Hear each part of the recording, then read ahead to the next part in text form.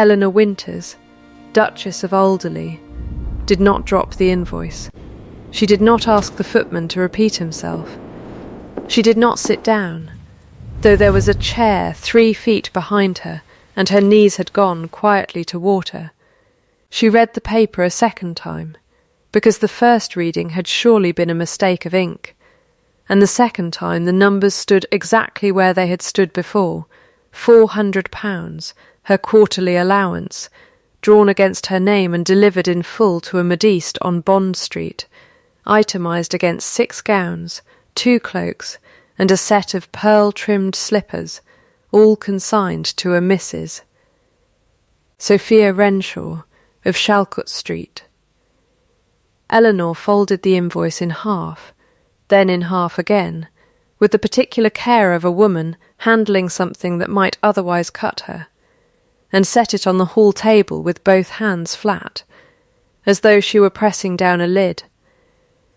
By morning she would know exactly how long this had been going on, and by autumn the county would know it too, and the man who had signed nothing and noticed nothing would spend the rest of his life learning the difference between a wife who was useful and a wife who was simply, finally, done being invisible.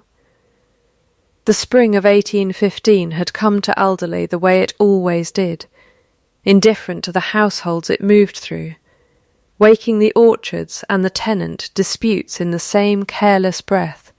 Eleanor had been Duchess for 3 years by then, married in a transaction so plain that no one had bothered to dress it as anything else. Her father's estate carried debt the size of a small war, and Gideon Marsh, Duke of Alderley, carried land that wanted a steady hand and an heir it did not yet have. She had brought the first. She had not yet been asked, in any way that counted, to bring herself. She had learned Alderley's ledgers before she had learned its corridors. She corrected the drainage accounts in her first winter, quietly, without credit, because the steward had been rounding figures in his own favour for a decade, and no one else had thought to check. She settled 2 tenant boundary disputes by walking the fences herself with a surveyor's chain, in mud, in a gown she later burned rather than clean.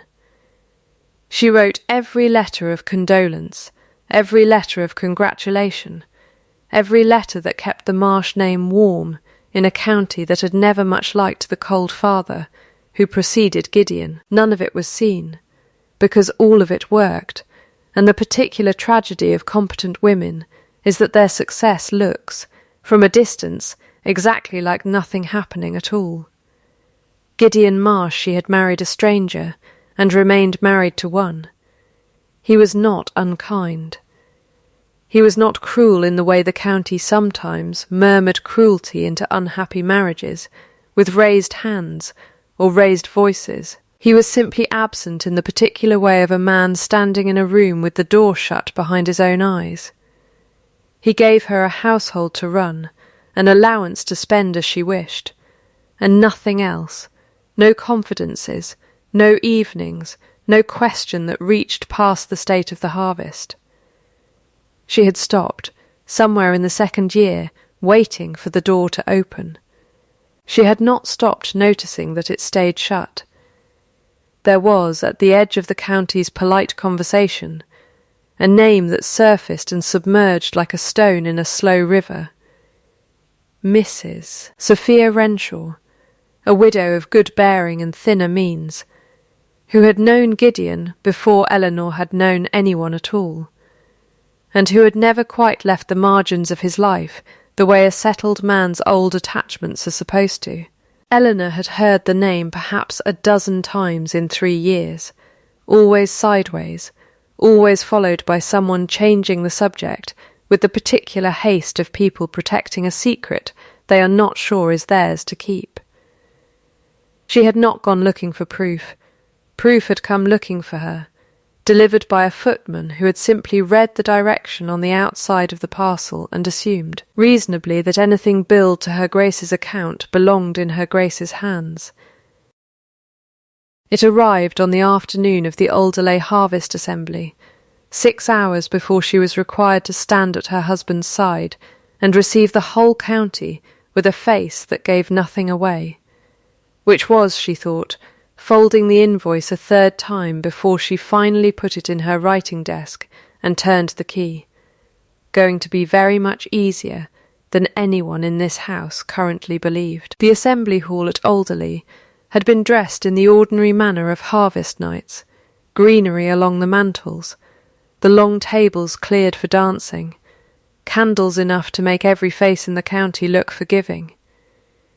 Eleanor stood beside her husband at the receiving line for 40 minutes and greeted 40 families by name, by the names of their children, by the state of their crops, because she had made it her business over 3 years to know these things when no one had asked her to. Gideon greeted them beside her with the practised warmth of a man reciting a speech he had given many times, and did not once glance down to see that her hands, folded at her waist, were perfectly still.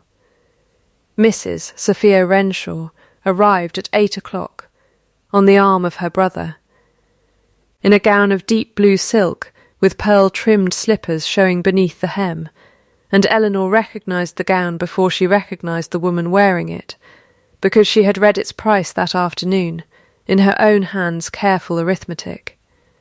6 gowns, 2 cloaks, 1 set of slippers. £400. Her allowance, walking across the floor of her own husband's hall. She did not make a scene. She had already decided, somewhere between the writing desk and the stairs, that a scene was exactly what this house expected of a wounded woman, and she intended to give this house nothing it expected ever again. She watched Mrs. Renshaw curtsy to the room with the particular ease of someone who had rehearsed belonging, and she watched her husband's eyes move to the blue silk and hold there a half-second longer than courtesy required, and she filed the half-second away in the same drawer of the mind where she had, over 3 years, filed a great many other things she had chosen not to examine by candlelight. It was near 10, in the brief lull between the second dance and the third, that she heard her own classification spoken aloud. She had stepped behind the pillared alcove near the card-room to adjust a slipping comb, and through the gap in the drapery she heard Lord Pell, her husband's uncle and oldest confidant, murmur something about the Duchess's steadiness, and heard Gideon answer in the low, satisfied voice of a man discussing a well-chosen horse. "She has never once asked me for more than her due," he said. "No scenes, no tears, no demands beyond the ordinary. She is sensible, not sentimental. That is precisely what I required in a wife." Eleanor stood very still behind the drapery. She did not gasp. She did not press a hand to her mouth. She had in fact the strange clear sensation of hearing a verdict read in a courtroom she had not known she was standing trial in, and finding that she agreed with the evidence, if not the sentence. Sensible, not sentimental. Precisely what he required. Not a wife. A requirement, met, she reached up and drew the pearl comb from her hair, the comb his mother had once worn, given to her on her wedding morning by Gideon's own hand, though not.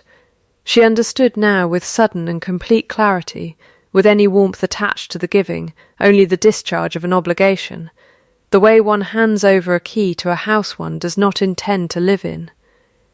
She held it a moment in the candlelight.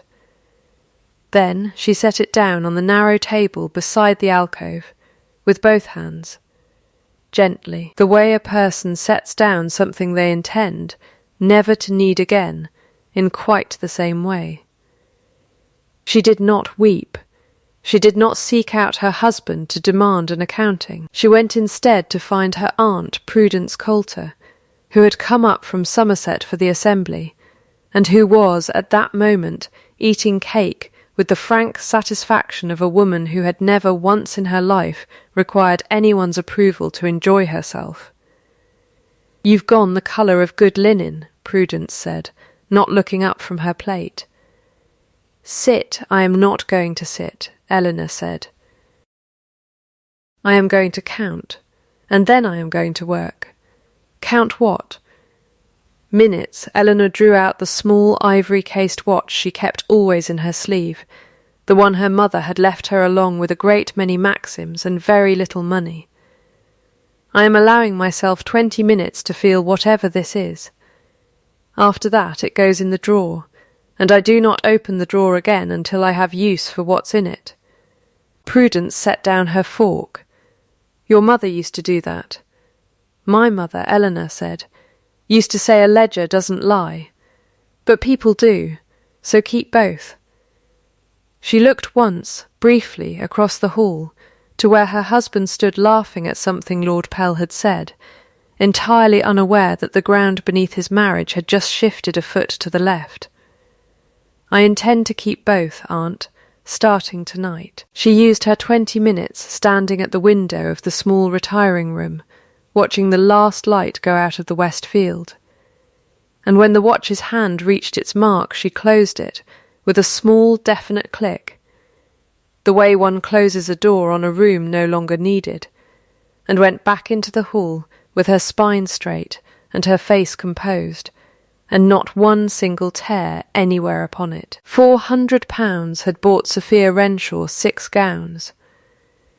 It had not, Eleanor thought, walking back into the candlelight, bought her anything else at all, not standing, not safety, not the particular kind of ground a woman builds under her own 2 feet when she stops waiting to be given one. By the second morning after the assembly, Eleanor had done 3 things no one in the household expected of a grieving wife, because she had decided, quite deliberately, not to be one.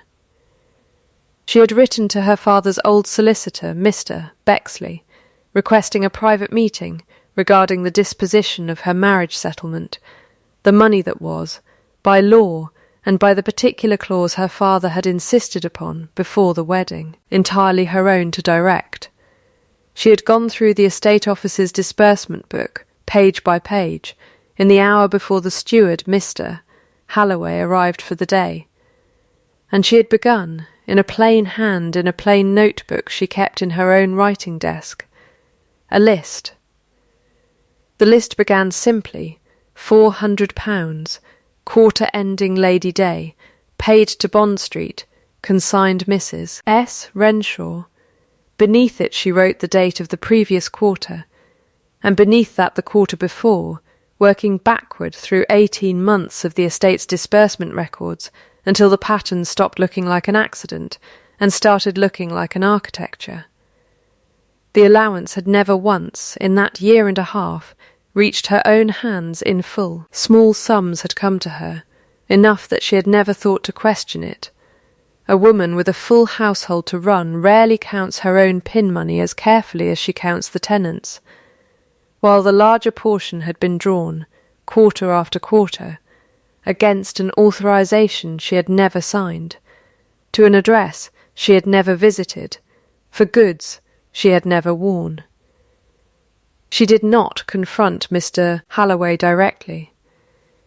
She had learned, in 3 years of managing a house full of men who assumed her attention was decorative, that the surest way to lose a piece of information was to announce you possessed it. Instead, she asked him, over the estate office desk on a wet Tuesday, a series of small, dry questions about the drainage, works on the eastern boundary, a competence trial with real numbers, the kind she had run a dozen times before, the kind that had, over 3 years, quietly converted every tenant on the estate from sceptic to advocate. The eastern culvert has silted twice this spring, she said. Twice at a cost of £11 each time to clear. I should like to know why we are paying to clear a culvert that a proper stone lining would have solved for 30, once, permanently. Halloway shifted in his chair. His Grace has not authorized the expenditure, your Grace. His Grace, Eleanor said, authorizes very little that does not come to him already decided. I am deciding it. £30 against the Eastern account, Miss, Halloway, and I should like the stonemason engaged by Friday.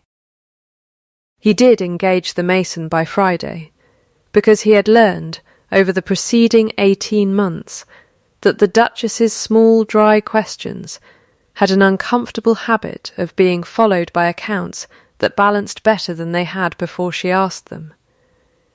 What Eleanor noticed, watching him leave the office with the ledger under his arm, was the particular flicker of a man recalculating how much he was known, the same flicker, though she did not yet have proof enough to name it plainly, of a man who kept 2 sets of figures and had just realised someone might be reading both.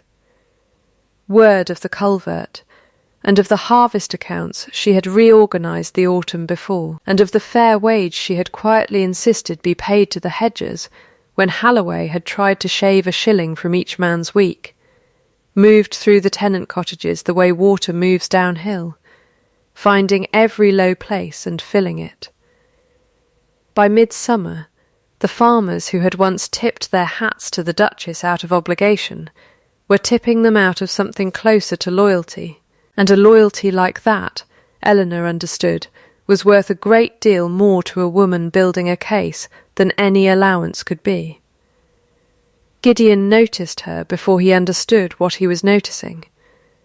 It began with small things, the eastern culvert, holding through a hard rain that would once have flooded the low pasture, a tenant, old Corbett.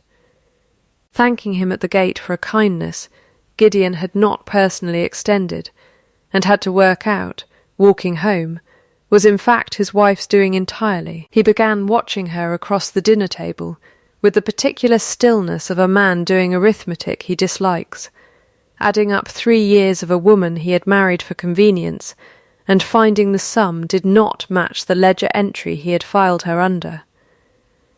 "You reorganised the harvest wages," he said one evening, not quite a question. "I did." Halloway did not mention it. "Halloway," Eleanor said, buttering her bread with perfect composure, "mentions a great many things imperfectly." Gideon set down his fork. "Is there something you wish to say to me, Eleanor?" There was a great deal she wished to say to him.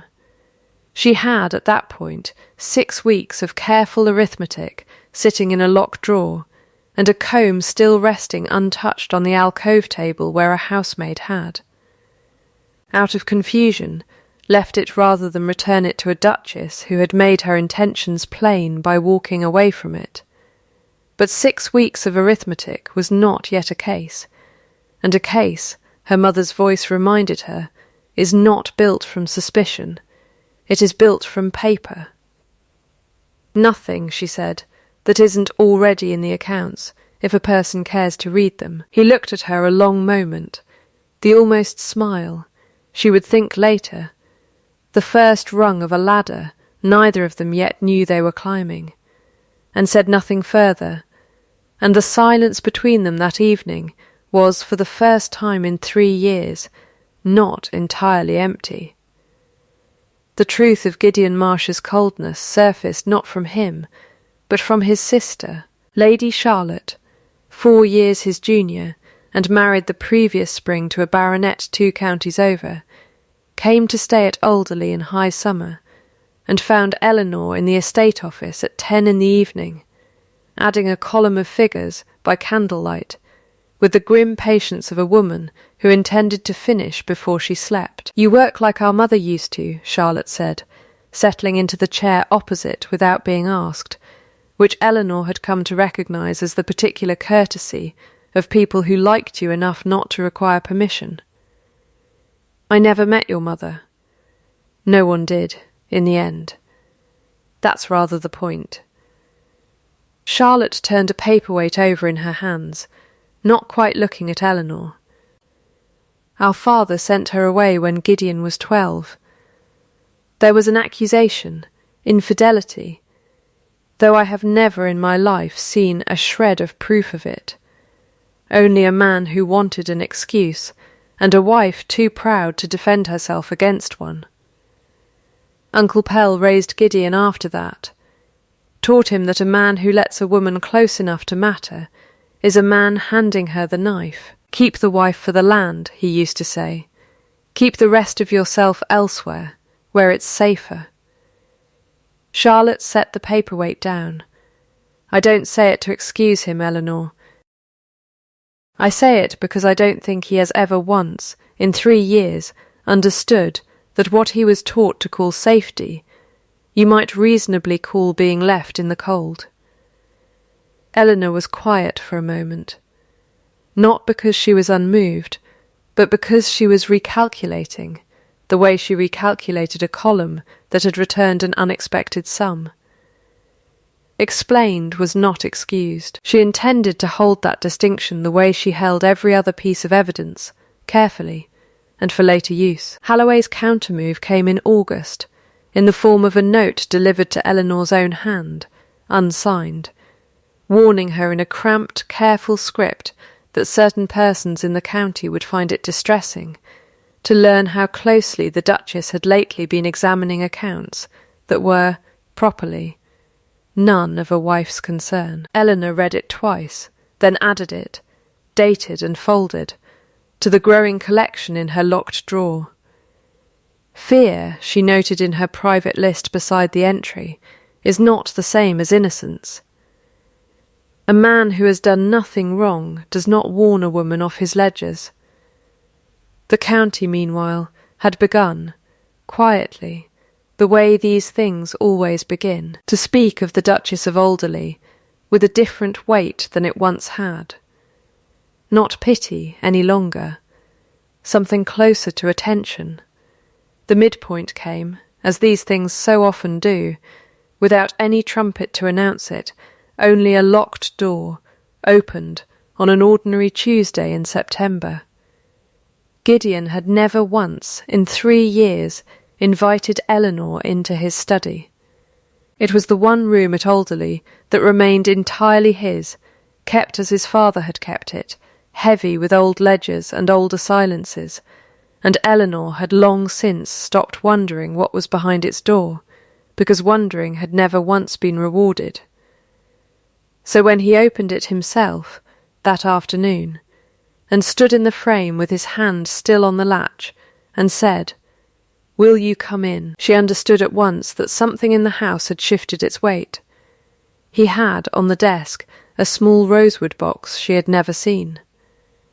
He opened it without ceremony, and took from it a folded letter, brittle at its creases, and beside it, to her genuine astonishment, the pearl comb, retrieved, she realised, from the alcove table where she had left it in July, kept these 2 months in this locked room rather than returned to a drawer or given back to a housemaid to dispose of.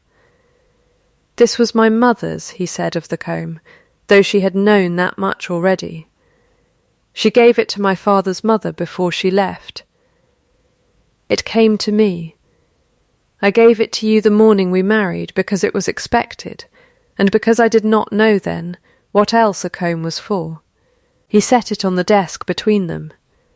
"I have thought about that a great deal these last 2 months, watching you fix a culvert I hadn't authorised, and pay wages I hadn't ordered, and hold this house together with a competence I never once thought to thank you for. I do not think I gave you that comb as anything but an obligation discharged. I am sorry for it." Eleanor did not reach for the comb, not yet. "An apology," she said, "is not the same as an explanation, Your Grace. I have had a great deal of the first, from a great many people, over the course of my life.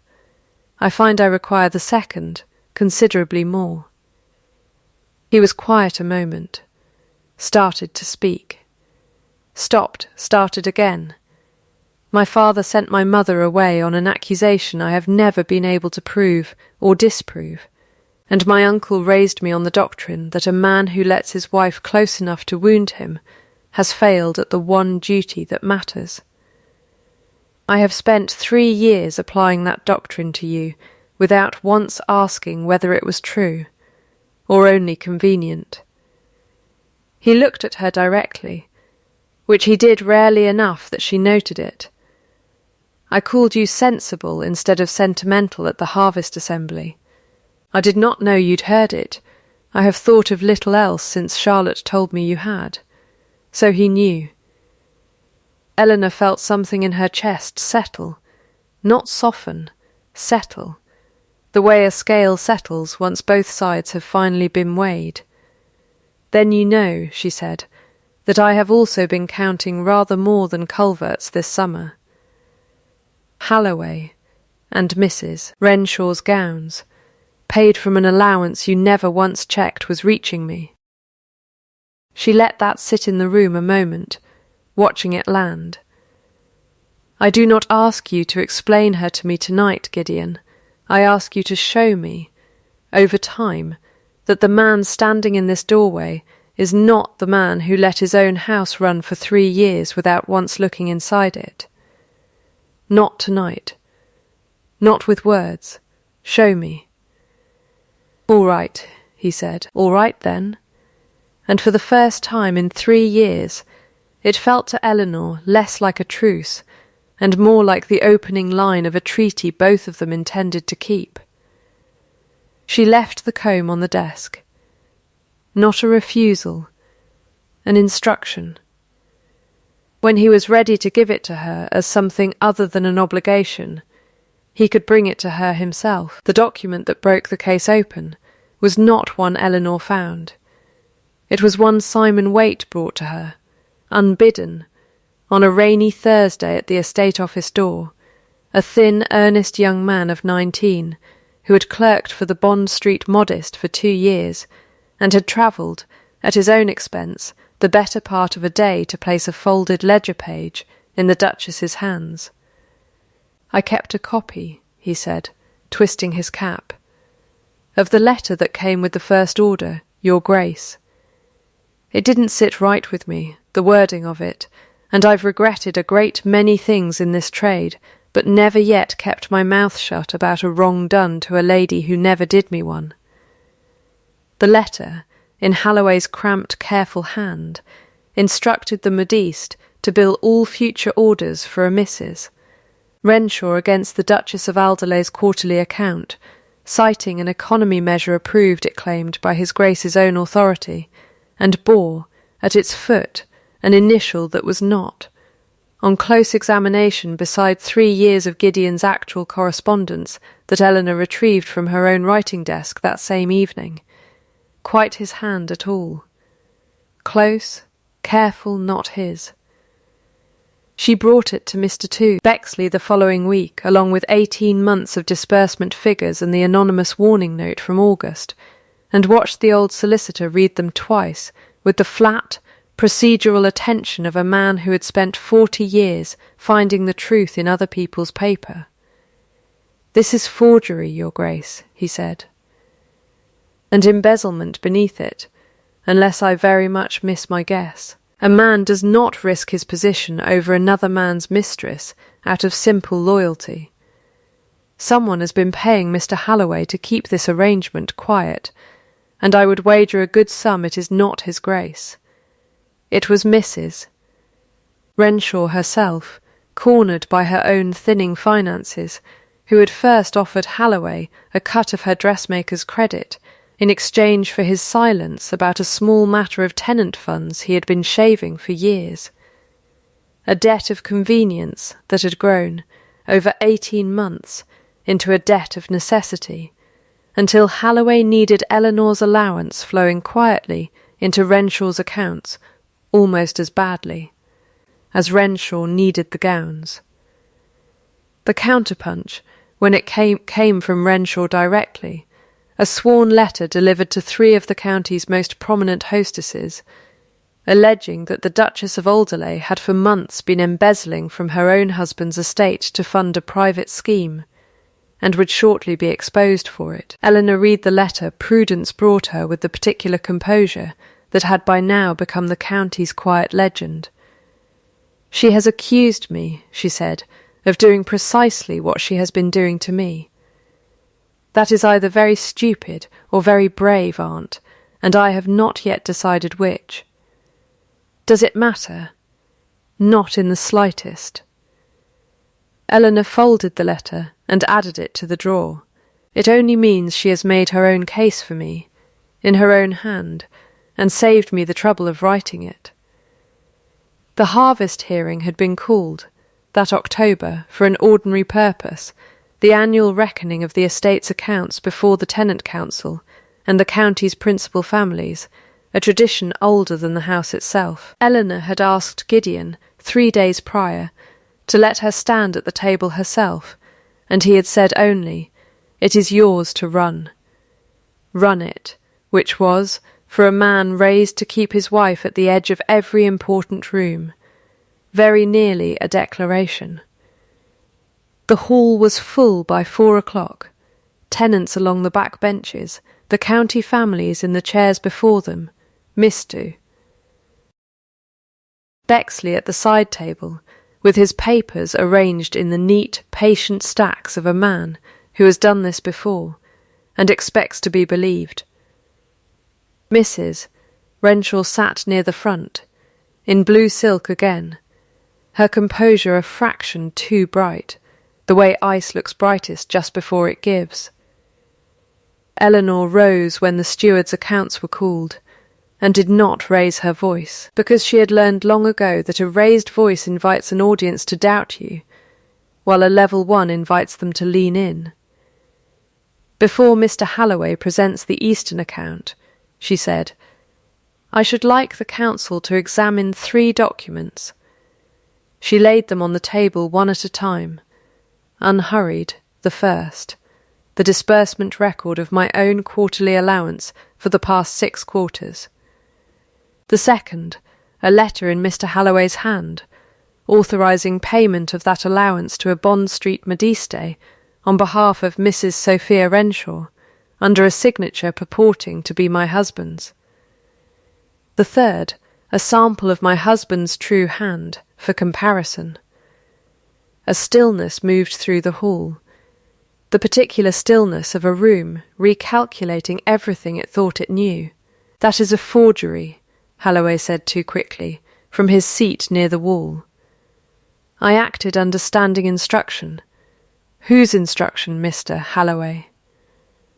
Mr. Bexley did not look up from the papers, because the standing instruction you cite was rescinded by His Grace's father 4 years before the current Duke came into the title. I have the original beside me, if the council wishes to see it. Simon Waite rose then, from the back bench, cap in hand, unbidden and unpaid, and told the room in a plain, unhurried voice exactly what he had told the Duchess 3 weeks before, that he had carried the first order himself, that the letter had troubled him from the start, that he had kept a copy because something in him had refused to let it simply disappear. Old Corbett rose after him, uninvited, to say that the hedger's wages Halloway had tried to shave the summer past had only been made whole because the Duchess herself had caught it, and that a man who would shave a labourer's shilling was, in his own plain estimation, a man capable of shaving considerably more. Mrs. Renshaw's composure went out like a candle in a draught, not dramatically, not with tears, but with the particular visible collapse of a woman who has just understood that the room has finished deciding about her. She did not deny the gowns. She could not. The invoices bore her own address in her own hand. "I did not force him," she said finally, quietly, "to no one and everyone. He came to me first, years ago, before ever there was a Duchess to speak of." "That may be true," Eleanor said, and the hall went very still to hear her say it, because they had expected fire, and were being given something colder and more exacting instead. And it changes nothing about 6 months of forged instructions and stolen tenant wages, Mrs. Renshaw. I am not here to punish you for having once been loved by my husband. I am here because you and Mr. Halloway together took bread from working men's tables and called it economy, and dressed yourself in money that was never yours to wear. She let the room absorb that, then added, evenly, I will not press for your ruin. I have the standing to, and I choose not to. You will make restitution to the tenant fund, in full, under Mr. Bexley's supervision, and you will not set foot on Alderley land again. That is mercy, Mrs. Renshaw. It costs me nothing to extend it, and it will cost you everything to have needed it. Halloway was dismissed from the estate service before the hearing closed, his own hand on the forged letter undone by nothing more dramatic than a magistrate's patient comparison of ink and slant. Something behind Sophia Renshaw's composure had gone out entirely by the time she left the hall, and did not, by every account that reached Alderley afterward, ever quite relight. Gideon had sat through the entire hearing without once speaking, watching his wife take a room the county had for 3 years mistaken for a quiet ornament, and turn it, in under an hour, into a courtroom she governed absolutely. When the hall had emptied, he found her still at the table, gathering her papers with steady hands, and said the only thing that felt adequate, which was almost nothing at all. I did not know, he said, about any of it. I want you to understand that I am not saying it to be forgiven. I am saying it because it is true, and because a man who does not know what is done in his name has failed at his name regardless of his intentions. I know you did not know, Eleanor said. That was never the accusation. The accusation was that you never thought to look. She set down the last of her papers.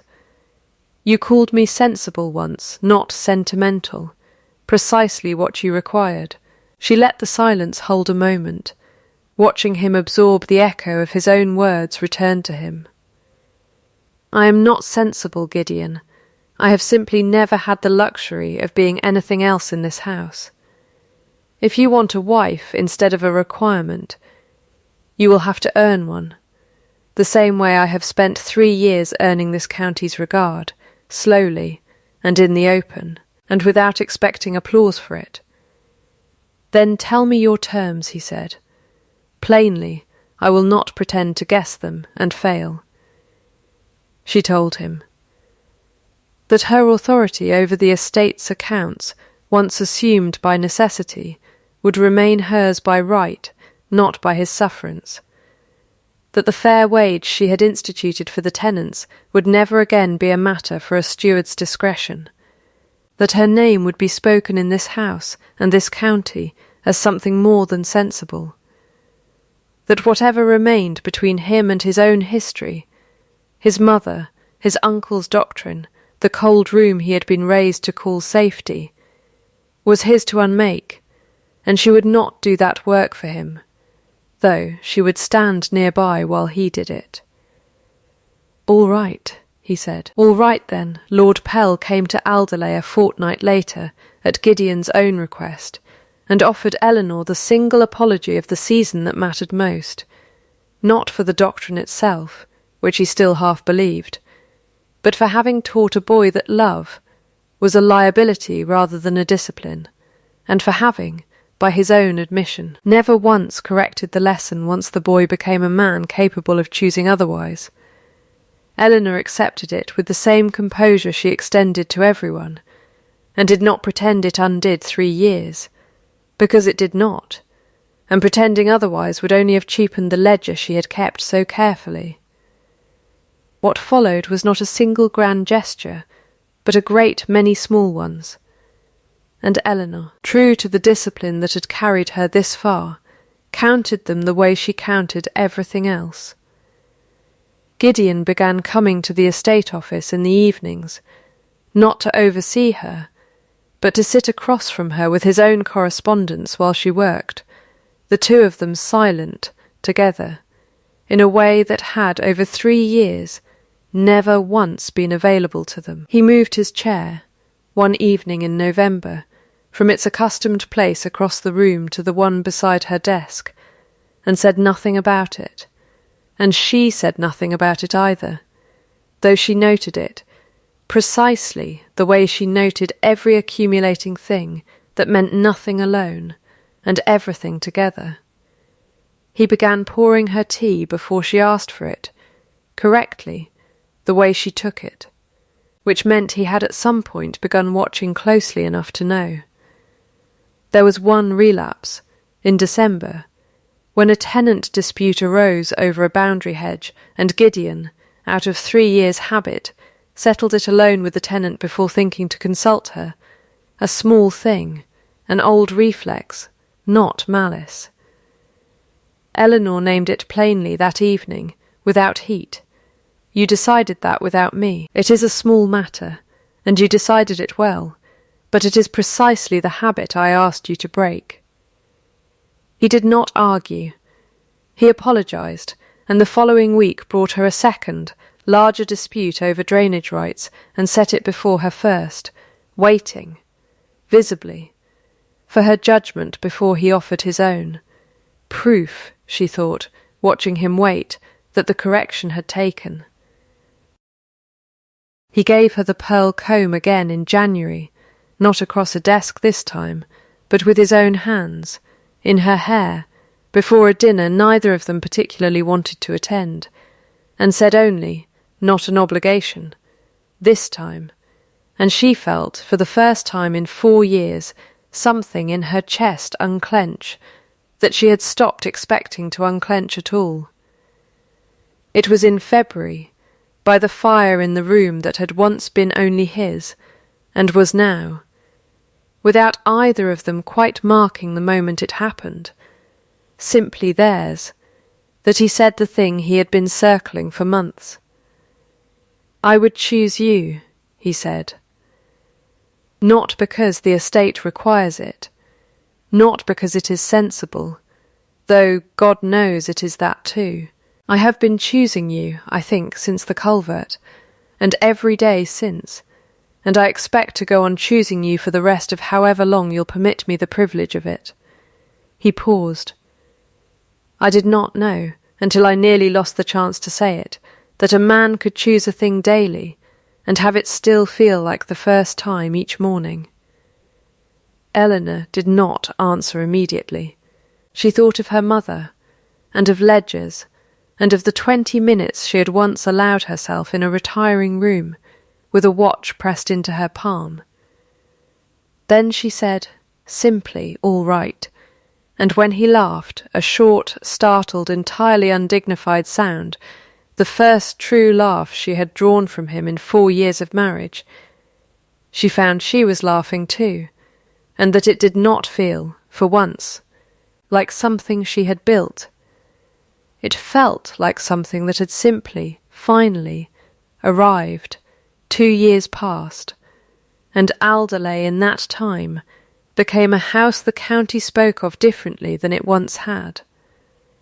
The tenant wage Eleanor had instituted became, formalised under her own hand and Mr. Bexley's careful drafting, the estate's standing policy, posted each Lady Day at the estate office door, where every hedger and dairyman could read it for himself. A small school opened in the village that spring, funded from the restitution Mrs. Renshaw had been made to pay, staffed in its first term by Simon Waite, who had given up modistes clerking for the steadier, quieter work of teaching children their letters, at the Duchess's own recommendation. Old Corbett's grandson was apprenticed to the estate's new steward, a plain, honest man named Fenwick, who kept 1 set of books and slept easily for it. Eleanor wore the pearl comb often now, not as a duty discharged, but as a thing she had chosen to keep, its meaning inverted so completely that she sometimes forgot, dressing for an ordinary evening, that it had ever meant anything else at all. The house itself, callers remarked, felt different than it had in the old Duke's time, and different still from the cold, careful years of Gideon's first marriage to it, warmer, less held breath. The particular ease of a place where no one was any longer required to be merely useful in order to be kept. She had stopped, somewhere in that long, slow accumulation of ordinary days, asking to be seen. She had made herself, instead, impossible to unsee, not through gowns bought with someone else's allowance, not through tears at a window, but through 2 years of ledgers that balanced, tenants who were paid fairly, and a composure that had never once, not for a single hour, required anyone's permission to exist. Love, when it finally came to her, came not as rescue and not as reward, but as a verdict rendered by a man who had learned, at considerable cost, to read the evidence correctly. And that was the particular, quiet arithmetic of the whole matter, not that she had waited to be valued, but that she had made herself the sum no one could any longer miscalculate, and a woman built like that, once finished, is not a thing that can be taken from her again.